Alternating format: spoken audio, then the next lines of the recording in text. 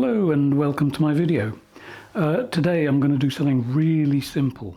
This is going to be one of those paintings that will convince anyone that they can paint, because you can really. But before you start, it's very important that you wear protective gear. Okay, so why not buy one of these? It's an apron, obviously.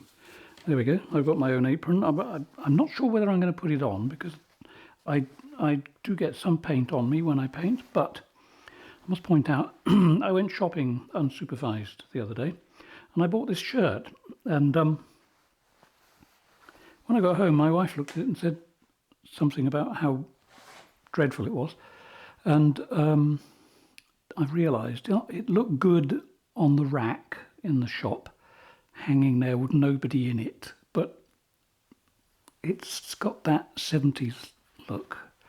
And of course, you know, I was young in the 70s, so of course I was immediately attracted to this shirt. However, she did say, and I'm sure she's right, that the staff were probably glad to get rid of it after 45 years on the rack. But anyway, so I'm going to use it as a painting shirt because it is a bit, you know, let's face it. So yeah, but of course if you do start painting, particularly this method, which is very loose and you know, you chuck paint all over the place sort of thing, why not get one of these? There's a link below where you can buy one of these aprons. Now, of course I designed it, I painted the picture, that's my signature. Well, it's not the full signature, my full signature is illegible. It's a stylized version of my signature, but yeah, if you do get it, you'll get a better image on it than this. This one was the first one which was sent, so I think it's like a proof copy. It's a little bit washed out, but people that come to my group have shown me their aprons that they bought, and they're much better than this. This is pretty rough actually, but it does work, and in fact I'll show you why. It's got these pockets, obviously. On the first day that I used it, let's get used to it. I don't know my left from my right. Here, there's a pocket. Grease, Stuart, pay attention. There's a pocket here, and the first time I wore it, I dropped my brush, and it hit here, went straight down, landed in my pocket, which means this stopped it from making a mess on the floor. It also protected my clothing, so I obviously I can't endorse it any more than that, but there you go. So anyway, I won't be wearing that today. What are we going to do? I'm going to do something like what's on the screen now. A very quick glimpse, but the thing is about this is the way that it's painted. It is ridiculously easy, and I'll show you how to do it. Anyone can do it. And I'd just like to say that if you are one of those many people that looked at my latest video, thank you very much, because the views are well over 20,000 now, and it's quite a long video, but it's doing all right. Still not used to looking at that camera there. So what are we going to do? Yeah, it's going to be a limited palette thing. Now I'm not going to show you my palette as I work, but here we are. These are some of the colours I'll use. Primary yellow, Payne's grey, ultramarine blue, Japanese red, royal blue, titanium white, and probably, or possibly, this one. It might be a little bit of, not yellow ochre, sorry, I'll get it right in a minute. I'll find the actual tube. Do you know what? The reason I can't find it is because I've actually put it away in the cabinet. But it's Indian yellow. It looks exactly like yellow ochre, which according to what I'm seeing here, this looks green. It isn't green, it's a sort of golden colour. So there you go. Could be my monitor. What else? If you want to skip ahead, because I'm talking too much, go to the time on the screen now, and that's where I start painting. What else? Oh, I'm painting on a bit of board. So this bit of board here, this is an offcut. It's got paint on it that is completely dried, so I'm not going to worry about it. It's not very big. How big is it? How big is it indeed? Right, so when I find the tape measure, here it is. It's, how deep is that? That's 40 centimetres deep. Whoops. 60 wide. Not a very big painting, and I'm going to do something a little bit different. Normally I keep the centre of attention here. I'm going to do it the other way around. I'm going to do it here. There will be obviously a lot of stuff going on there. Sky. It's going to be mostly a sky painting, but it'll, you know, it's going to be in its simplest form. So you don't have to worry about painting actual things that look like clouds. Okay, I hope that makes sense. And let's get going. I think I've talked enough. Sometimes I do talk too much. Okay, off we go. Right, off we go then. Now, the thing about this painting is this is for people, or anyone really, but mostly for people who really can't draw. Now, a lot of people would argue with that and say that, well, everybody can draw. Well, everybody can make a mark, but whether it's a mark that will, you know, how do I put it, attract viewers, that's debatable. So if you really can't draw, or you are convinced you can't draw, the first thing to do is try to get over that. Don't let it put you off, because it doesn't mean to say that you can't paint. I'll be using this and this, okay, two of them, but also this. But the first thing I'm going to do is I'm going to put a line across the picture. It's not very wide, so I'll just sort of eyeball it, and we're going to keep this really down low. I think probably about there. So just put your finger on the, obviously I'm holding the pencil, or my finger would be on it, wouldn't it? Use that edge. The bottom of the board is going to sit on my hand there. That'll give me a mark approximately there. If I haven't moved my hand, I can go to the other side of the painting, make a mark in the same place over there. This is for another thing for those people who think they can't draw. It gives you a marker, so your horizon goes between this point and this point. Now, you could draw that. You could do, no, really, really, you could do this. There's lots of ways of drawing a straight line. The one I've always found is to put the pencil or the brush in one point and then move your entire body. Don't rely on your arm, because there are so many joints that you have to coordinate: shoulder, elbow, wrist. Okay, so if you fix your arm and move your legs so that you just literally glide across from one side to the other, you will find that you'll end up in, as near as damn it, the same sort of place. The same distance up. Doesn't have to be perfect, it's just a guide. So that's that. Now,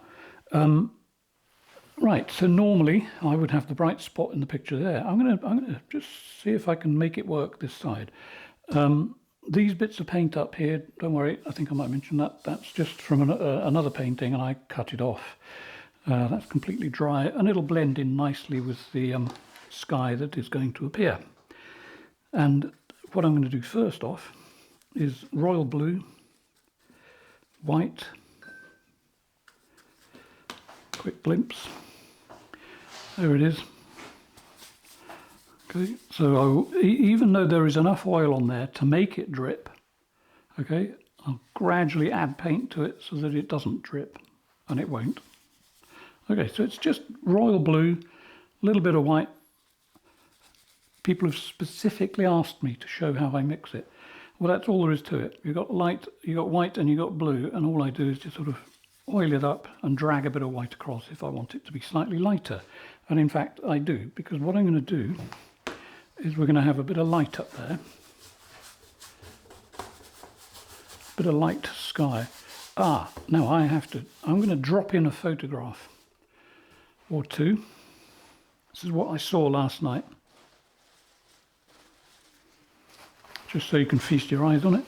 And somebody put a comment on my last video saying that it was impossible to have a sky like that with red along the bottom. If you go and look at the video, links below, obviously.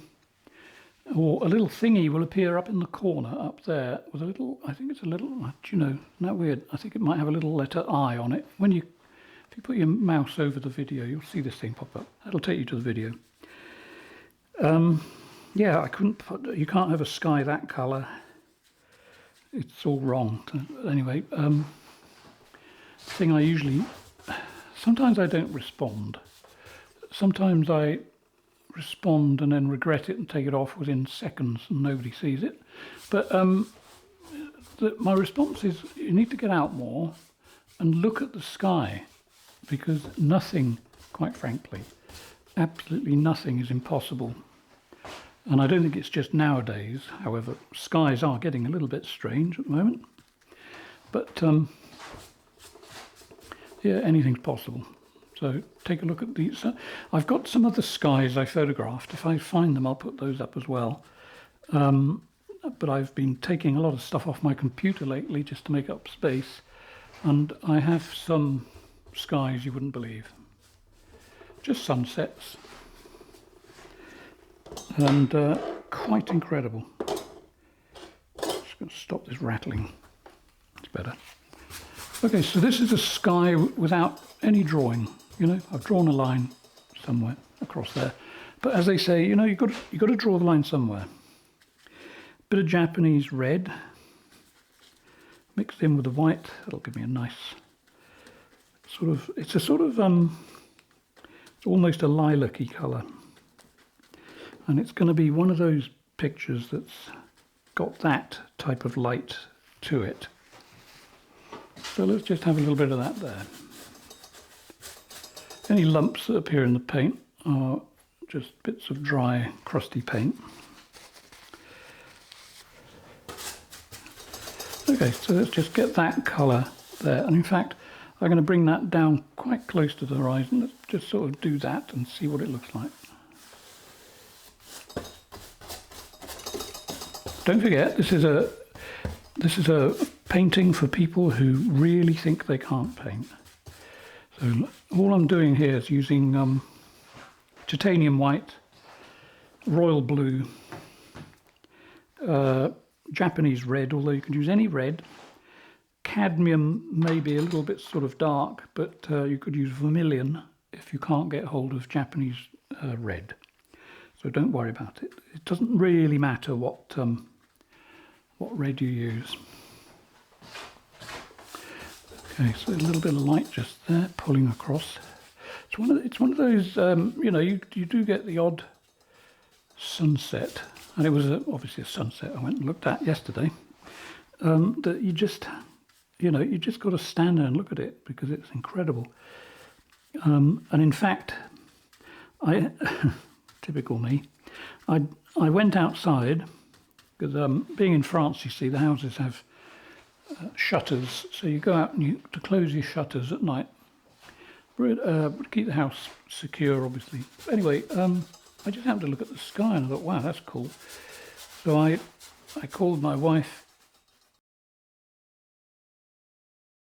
I said, look at this. So she went out and I said, I've got to get the camera. So I dashed in as fast as I can dash nowadays to get my camera, and I got that out, got my tripod out, and I switched it on and it said no card inserted. So I dashed back inside again, get the card, put it in the camera, and of course it changed slightly just in those few seconds, but it was okay, I caught it. Quite dramatic. It's I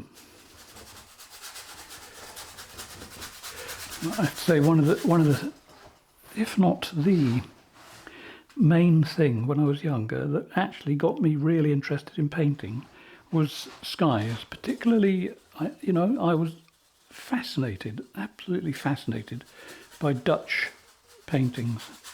Always liked Dutch paintings.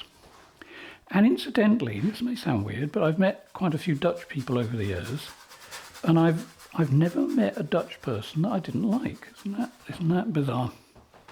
All the ones I've met seem very pleasant people. And there are quite a few Dutch people in this area. And whenever I've flown anywhere, I always tend to fly through Amsterdam, being down in France, it's quite often, if you want to go to the States, for example, you fly up from Bordeaux to Amsterdam, and I always found the Dutch people, when I was changing planes, all extremely helpful, very pleasant people. And the other thing is, most amazing linguists, they all seem to speak English. I mean, not just speak it, but speak it very well. So anyway, I've got a lot to thank the Dutch for. So yeah, the Dutch paintings, that was one of the things that really got me into painting at all, because of the skies. They really know how to paint skies, always did. And I guess it's because they live in such a flat country, the skies are going to be prominent. So now, okay, I'm going to do the sky, then I'm going to add the landscape bit. And I won't do the landscape. The landscape is going to be unbelievably quick. Now, I said that on my last video, and it went on for over an hour, but this one's different because it's just a small painting. As you can see, the sky is well on its way. And I'll show you the... shall I? Not quite yet. No, I won't. I'll show you something else first. I'm just going to get a smaller brush and just fiddle with the sky a little bit more, because I just I don't feel quite right about it yet. I think I want, without painting too many clouds, this is going to be this is a feeling, mood sort of painting. So just a few bits of paint pushed around the place. You know, not the usual big turgid sky stuff that I usually do. However, I will get rid of that lump there. It's all very well to have lumps in your paint, but because I like to varnish paintings, I like to keep the lumps off. You don't want a lump sticking up through your varnish. The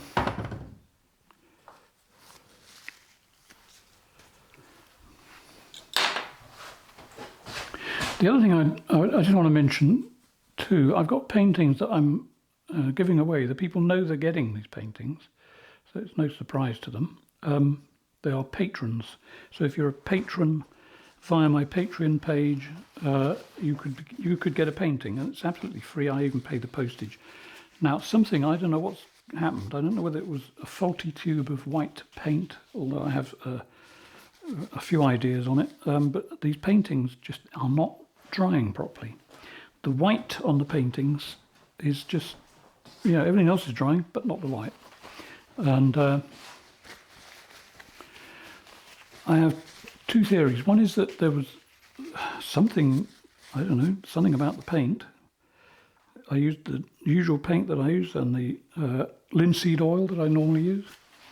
The only thing I can think is that I had a brush and it had some white on it, and it was resting on my palette, and the bristle part was resting on some paper, kitchen paper, this stuff.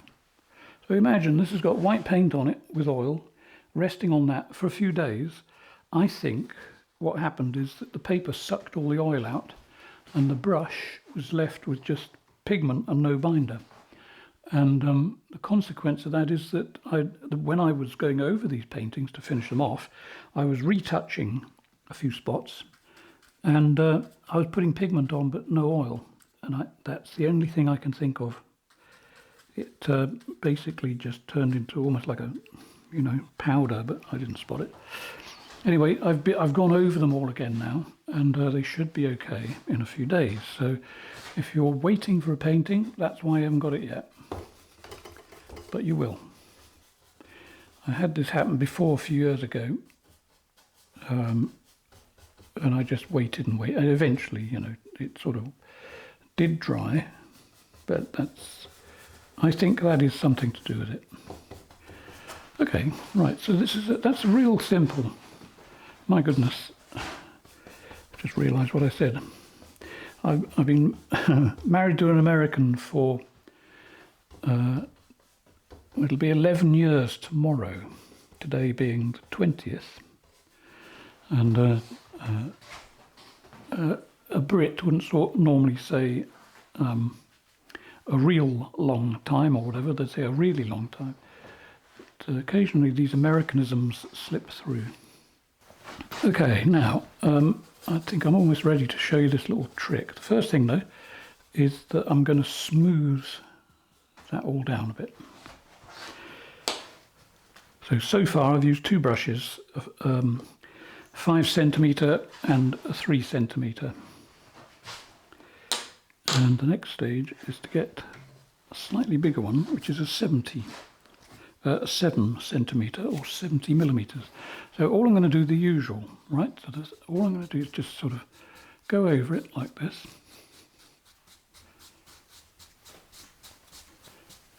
Don't forget, it's that and that, not that and that. Okay, makes a big difference. Good wrist exercise. Okay, so don't forget, if you're watching this video, this is not going to be an incredible work of art. It is to get people going. Although you never know, I might get lucky. So there is the simplest and I think effective way to paint some clouds. Not a lot of paint on it. Now, if you keep the paint thin, like I have done, you won't get mud. Mud referring to not the colour of mud, but the consistency of mud. You end up with something that's really flat. There are no bumps on that. Okay, so what was this thing I was going to show you? Okay, right, I'll show you, because you asked. Oh, and I've added some cicative to the oil in this painting, just in case it's something to do with the oil that is the problem. This is a Le Franc-Bourgeois cicative. It took me almost 10 minutes to get the top off that, because I've never opened it before and it's been around for years. And it's, for those who really want to know, it contains zirconium. You don't want to sniff this too much. It's a bit smelly. And I do have another one, which is a medium, what's called a medium cicative. I don't know why I'm showing you a bottle, it's just a bottle. And do you know, I would have used that, but I couldn't get the top off. And I've got reasonably strong wrists, so I don't know. I think it's stuck. So, right, what is this little trick? The trick is this. First thing I'm going to do is get some white paint. And I'm just going to put that there. Now, once it becomes contaminated with the colour that is already on the painting, wipe it off. Clean the palette knife, okay, so that you only apply clean paint. So again, more white. It's not a vast amount. I don't want a great big lump of paint on this. And all I'm going to do is just this. Just a few shapes just there. And now, I could sort of stop there, but I'm not quite ready yet. And I'm going to just make it a tad longer so that it goes slightly further into the painting.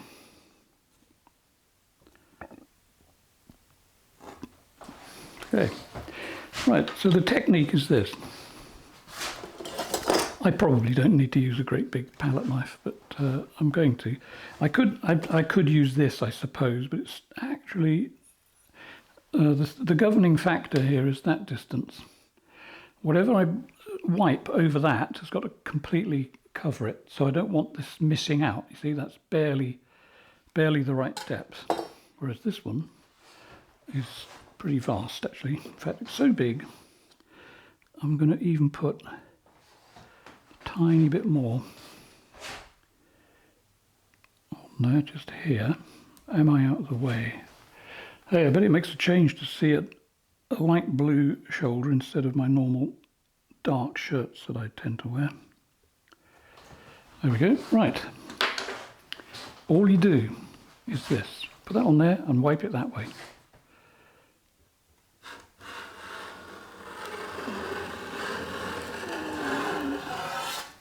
Sounds like an aeroplane landing. And I'm only going to do it in one wipe.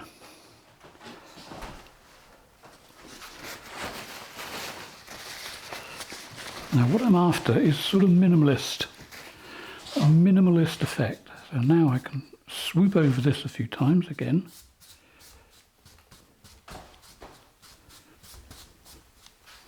And in fact I'm going to go up and down on it a bit.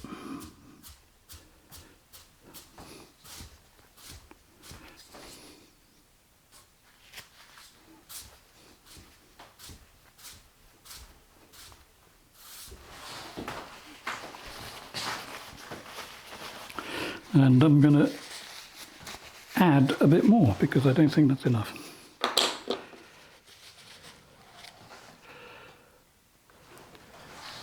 I'm after quite a bright spot here. So the good, and also because the paint is thin, you see, I can keep doing this until I'm right, until I'm absolutely sure that I'm right.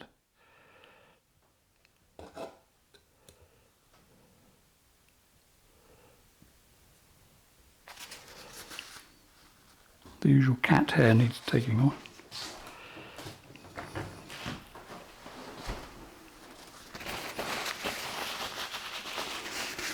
So let's try that again. So we've done it with the big palette knife. Now let's use a slightly smaller one.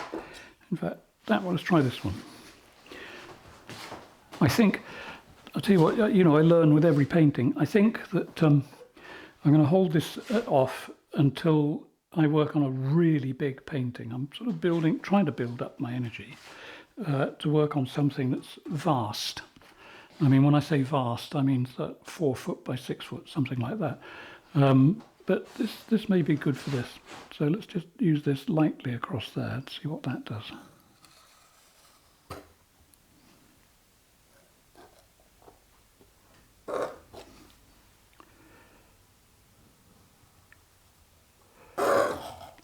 Lovely sound. Be interesting to do this on canvas.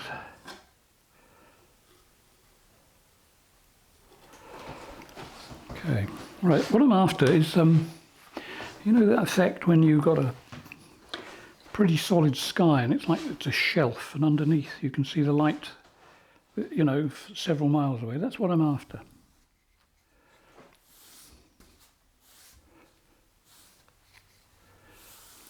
Am I quite there yet? No, I'm not. Now I could have edited this video, taken all that away and then done it again to make out I've done it first time, but this is something I haven't done for a long time, so I'm going to sort of suffer with you and just keep hitting it until I get it right, because that's the secret. And it really is actually, you know, it's a lot easier than I'm showing you. It's just not something I've done for a while, but doesn't mean to say it's not. That's what I'm after. I think I should have gone further across the painting. I'll probably do it.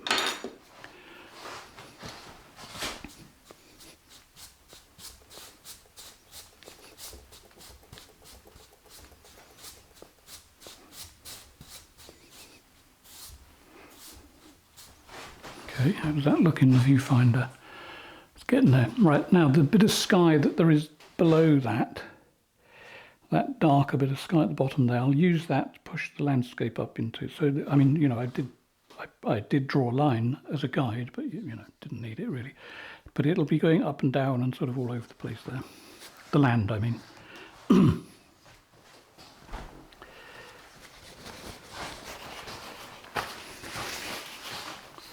So what should we do now? I think I'm sort of tempted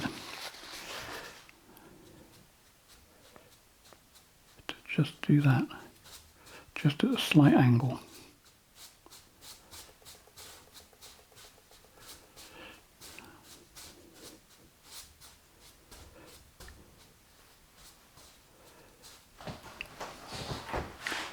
Okay, getting there. What was I saying? Yes, if you become a patron, you can get a painting. You could get this. You could get... I'll put a few on the screen. These are some that I've been giving away. Should be 3 there, I think, if I if I can remember where to find them. And you don't have to be a big patron. You know, it's not to do with the amount. It's the fact that you are a patron of some kind. So a small donation can get you a painting. And there you are. And it doesn't mean say you'll get a big painting. You may get one this size, but you could get a bigger one. You could get one my normal 80 by 60 centimetre size. It's a fair size. Anyway, yeah, I cover postage. It's not a big deal. For the palette people out there, red ochre, sap green, Payne's grey, mix them together, make sludge. Bit of green, bit of browny red, bit of Payne's grey just to darken it down a little bit. And you have this quite interesting, well actually until you put it on the picture, quite boring colour. But it comes to life. Okay, so as usual, not enough oil to make it drip. And what we're after is a very simple evening effect. Okay, right, here we go. So, how can I make that white bit at the bottom look like it's a cold, wintry evening?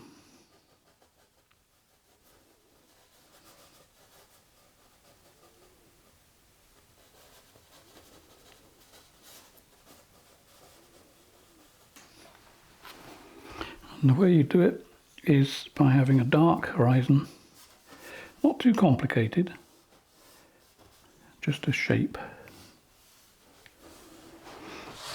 Coming in from the right hand side and then coming across, and then there'll be a cut. So we'll have another bit of dark just there, a bit more paint.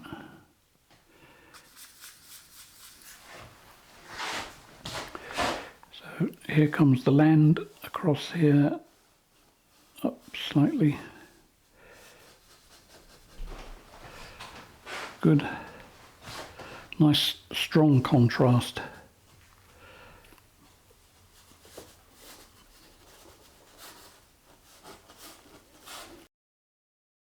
Now, as I always say to my students, if you want a feeling of size, have some part of the horizon that doesn't have too many bumps in it. The flatter you can make it, I mean it can be slightly irregular, but generally flattish. Like so.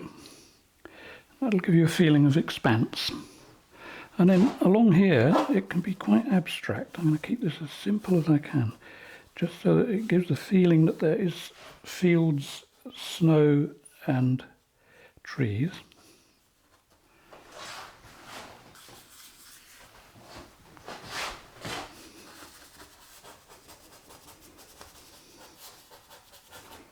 Quite often I've found when I paint snow, people say, oh, I like the beach.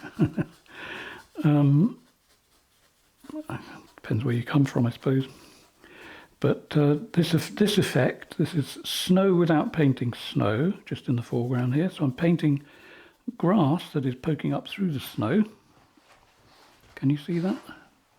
Yeah, sort of vaguely. And just putting shapes in it.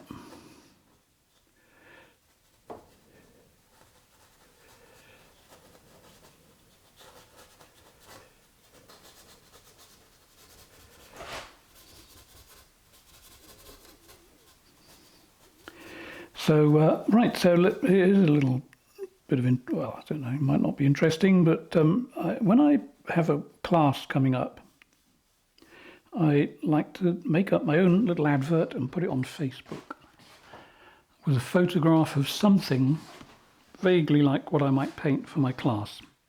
And these adverts usually appear a week or sometimes 2 weeks before the class. Anyway, I put a link to the booking site, which is called Moments. Moments is quite good. They're quite organised. They obviously take a fee, but it's quite good. It takes away a lot of the pain of having to organise everything. But lately, Facebook has started blocking my adverts, they take it down. Let's put a line just there. They take it down, they say this is against our guidelines.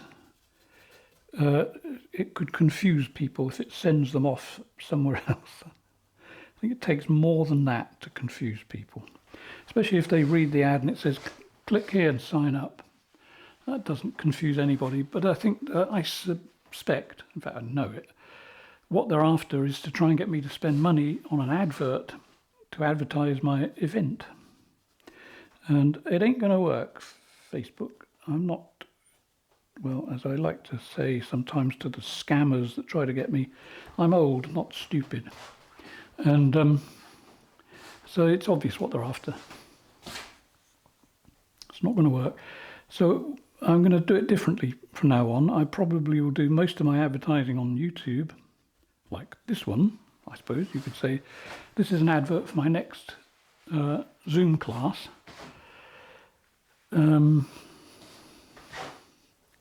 But the other way to get in touch with me if you want to come to a class is just send me, if you're on Facebook, send me a direct message, personal message. Some people call it a DM, some people call it a PM, and I'll send you the link to the class. And that could solve that problem. But I thought it was a bit mean of Facebook. They make it, you know, shed load of money, and they're just sort of trying to get more, basically. Years ago, I did use Facebook and booked a few adverts, and it did absolutely nothing for me. It didn't increase viewers, subscribers, whatever, you know, it's just a waste of money. And so there you go, that's my experience of Facebook adverts. Won't be doing that again. Okay, now, so I've got a sort of snowy slight effect of snow. So I could stop at this point. I'm not going to. I'm going to go on a little bit more, just to sort of enrichen a few bits in the sky around here. But the land could stop there. Right, it's not going to. It's going to change slightly. So I'm just going to get some white paint. At the moment, the next class has already got about 20, no, it's more than that, 25 people. But there is, you know, there's plenty of room if you want to come along. You don't have to paint, you can just sort of watch if you want and get into the discussion afterwards. I keep saying that I need to keep the discussion afterwards down a bit. I don't mean in volume, but in time.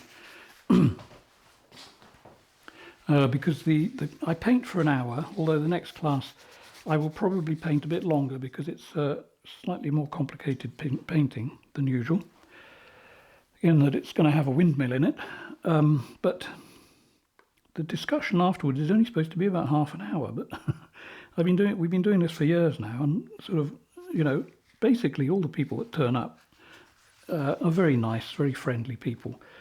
And it just, you know, it goes well into the evening, let's put it that way. So, but I may have to sort of cut it slightly short. Right, so I'm adding snow, and what I'm doing, I'm relying on the green that is on the picture to make some of the shadows. Because you would get, you know, a little bit of grass showing through the snow. This is one of my, I would like to call these early snow, because I don't really want to just paint snow. I like the interaction between snow and the landscape.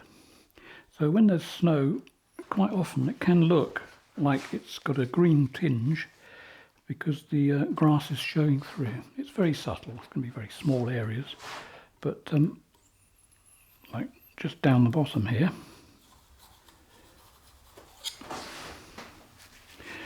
And I doubt you can see it, but we've got a visitor on the painting. We've got a fly there, and it's still walking, so could you get off?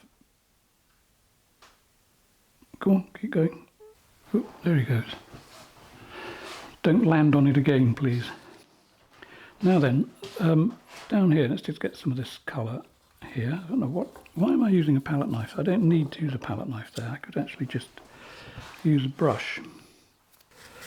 So I'm going to use a small 3cm brush, and it's just to sort of whack on a bit of grey like this. And don't when you do this, don't paint snow. Does that make any kind of sense? Just put the tone on and let the snow appear, because snow is made out of bumps, white bits, grey bits, all kinds of different tinted shadows and shapes and stuff.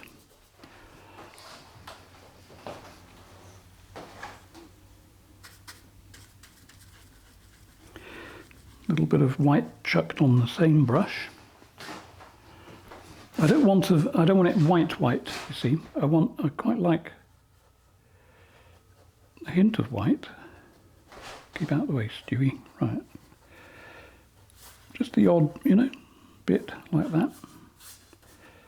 See, I'm not painting snow. I'm just putting white and grey. If there's something you feel you can't paint, this is going to sound as daft as a brush, but don't paint it. Yeah, when you find you're painting something that you dread painting, convince yourself you're not painting it. You're just putting down colour and shape. So I know that I want a snowy effect, but don't think of snow, because you think snow's difficult, I'll struggle with snow, everything will go wrong. Keep your mind in the right place. Same palette knife, or shall I use a different one? Let's use a different one. So adding the white to what I've got on there. Everything that I've put on there is actually quite thin, so I don't have to sort of build up vast amounts of white. Let's have a sort of mound of snow there. Or a mound of white stuff. Don't think of snow. So mentally take what you deem to be difficult out of the equation.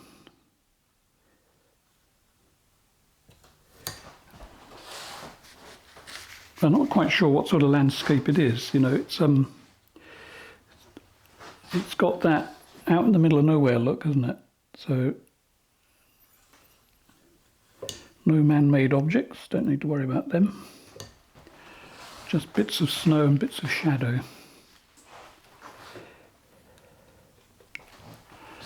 Or bits of white paint. White paint with shadowy bits.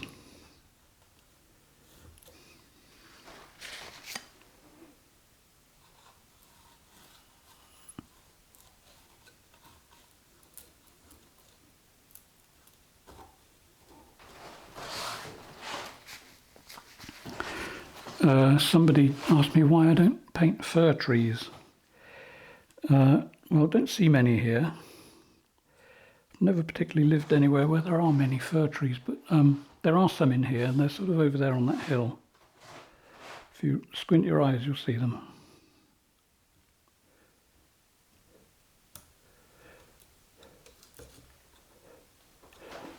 Right, I'm not going to do a lot more to the landscape because it's sort of heading towards what I want anyway. It's sort of dead simple, and it's probably one of these sort of things where I could go back over it when it's dry.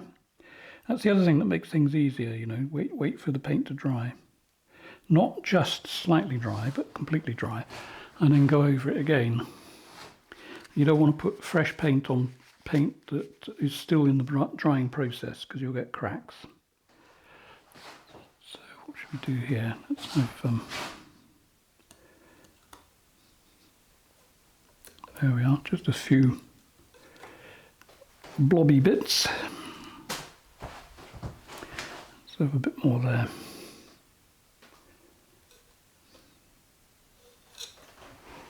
Okay, and then I think back to the sky. Now the thing is, do I leave it? Do I let it dry? Well, maybe not.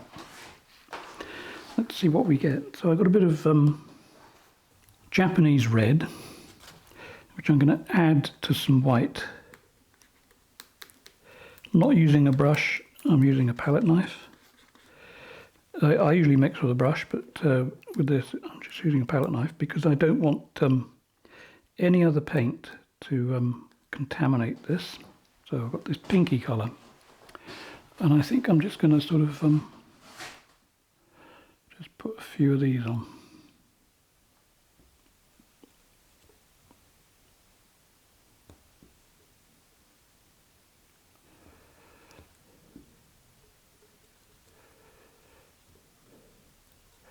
Thing is, if I use a brush, you see, on here, it'll push through the paint. I want this to sit on top of what's already on there. Let's move that a bit so that we're not looking at the bottom so much. And again, it's one of those things where you need to wipe the palette knife each time so that you pick up clean paint. And all I'm going to do with this is just a few little bits reaching across the picture.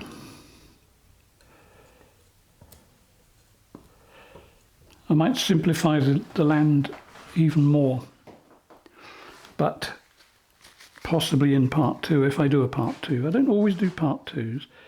And again, lots of people ask me, where's part 2 of this painting, whatever. And quite often there isn't a part 2.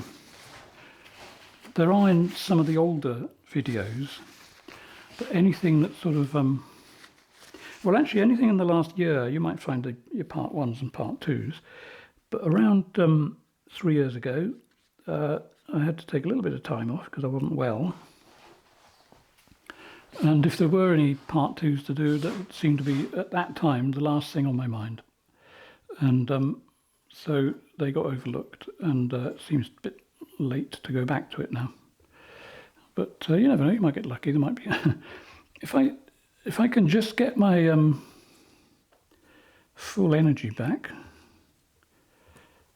I could sort of go over them. But I do get days when I just can't do anything, and that's from having my present, or should I say current, try and remain positive, current and present condition of heart failure, which, if you've got it, I sympathise. It's not pleasant. You look normal, well I do anyway, sometimes.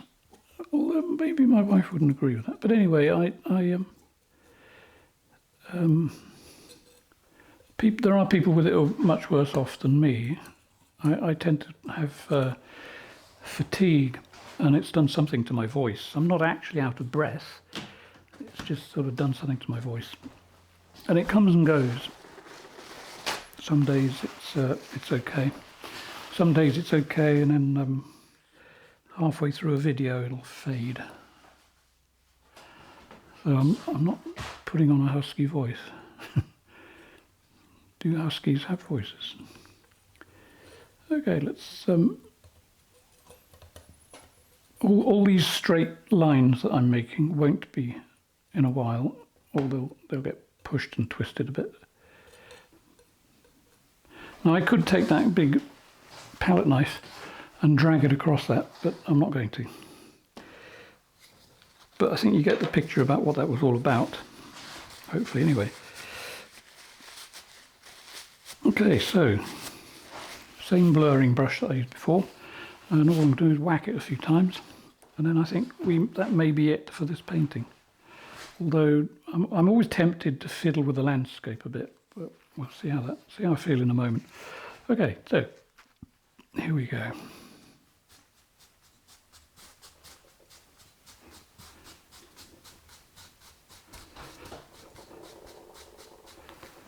There's always one palette knife that has to rattle.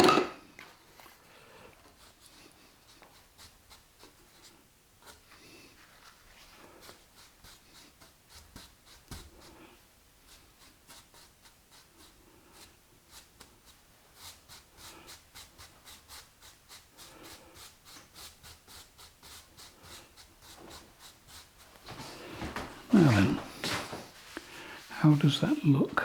Not so bad.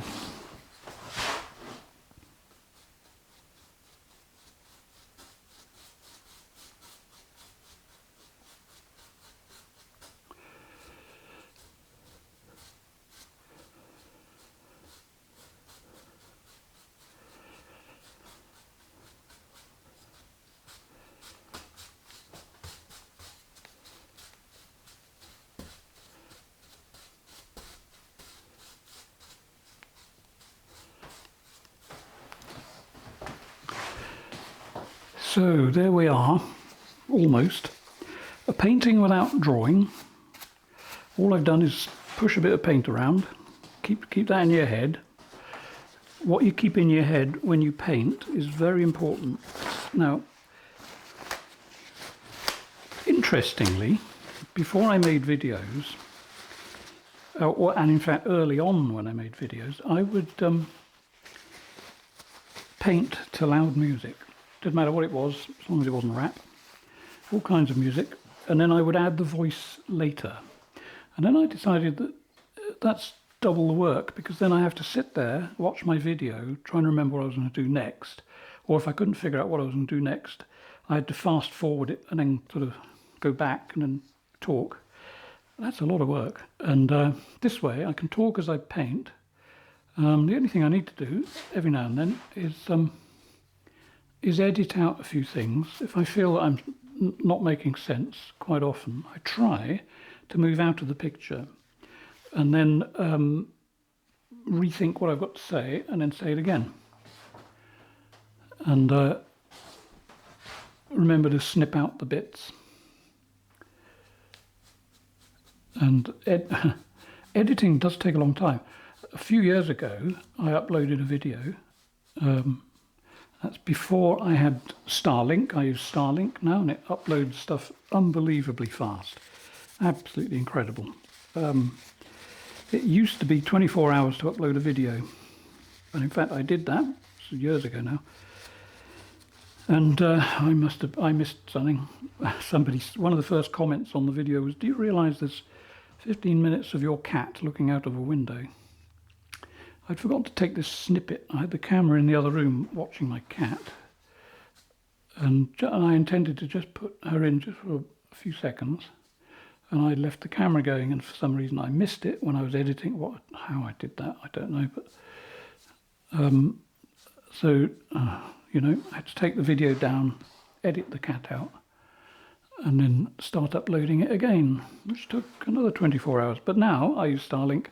I can upload a video in about an hour, which is a lot better than 24 hours. So, a lot of people don't like Elon. Maybe it's they don't like Elon Musk. I don't know, but I like the fast internet, I have to say. And being in rural France, it's essential. Okay, so I think that's looking like quite a nice bit of sky. I'm going to, or am I? Let me have a little think here. What am I going to do about the horizon? I don't really like the fact that I've got it still a little bit crisp, so I think I'm going to just sort of scumble that a touch. What shall I use for scumbling? I've got this really cheap brush. This is it's actually a decorating brush. Okay, it's for the bits you can't reach with the big, cheap decorating brushes. But I'll tell you what, these are really good for. Once you've got the bristles out, it's good for this. Okay, so I don't want to muck the sky up, but I do just want the edge of the land and the sky just to sort of come together a bit.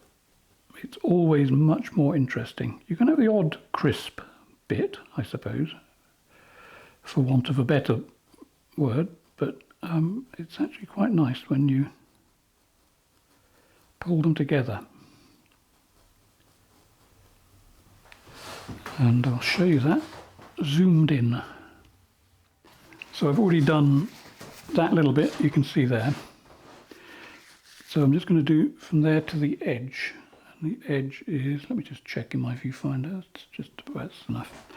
Okay, so all I'm doing is just using the corner of this, and I'm just doing that, just tickling it.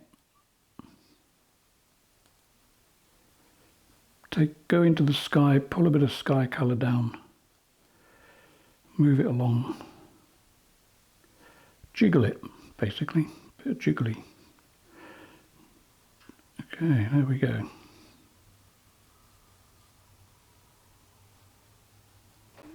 And I think it makes a far more interesting edge to your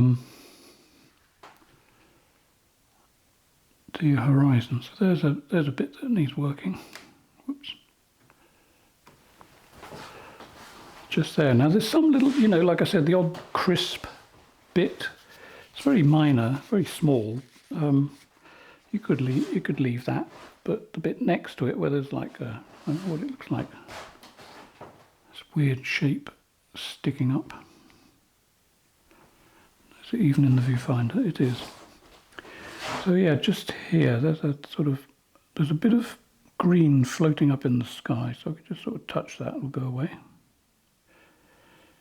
And then just sort of soften and blend.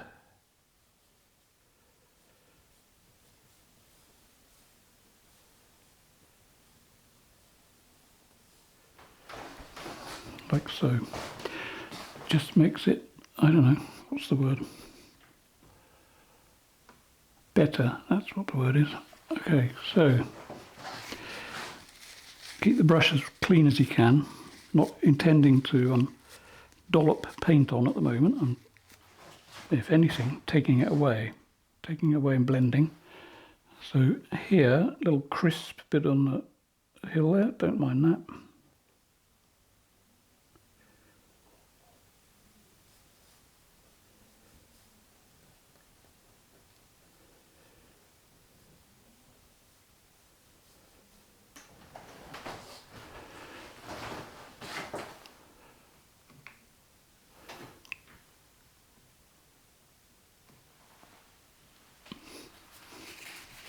In fact, I might as well go right to the end. Okay, so just this last bit, and it is literally, you know, don't sort of do this. You don't have to hold the brush like that. That is great for certain things, but generally, a lot of artists do tend to hold the brush like this. Keeps your hand out the way. You can see exactly what's happening at the business end of the brush, and it's a light touch. You just let it waggle about like that.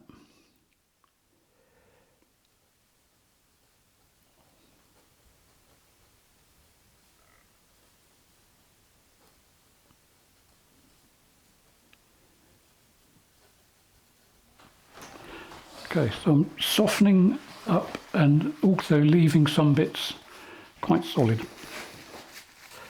Now what I intend to do, not in this sitting though because it won't work, and that is over there, and it may be, you know, a when it's dry type situation. Let's zoom back a bit. I quite like the idea of a little bit of orange in the sky there, but I think, yes, I'll let it dry. When it's completely dry, then I'll put the orange on and then blend that a little bit. But I think for now, you know, this is, as I said, as simple as it gets.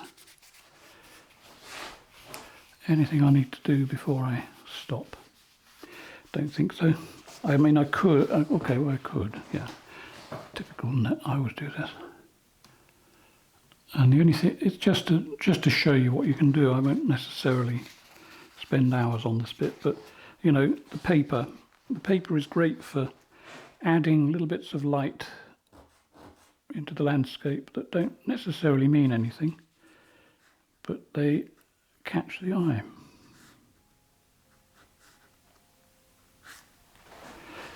Like so. And that's all they're for.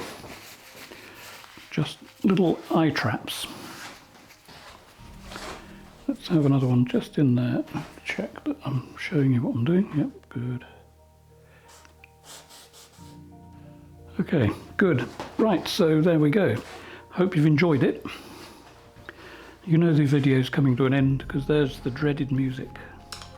Yeah, if you like it, please subscribe. It does make a heck of a difference. Click the thumbs up button.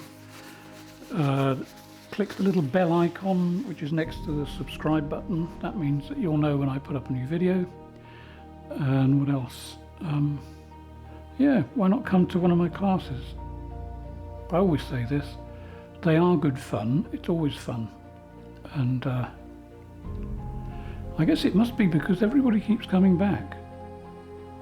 And if you're a patron and you pay the equivalent of €30 a month, you will get 2 Zoom classes. So you get 2 classes for the price of 1 and a lot of chat.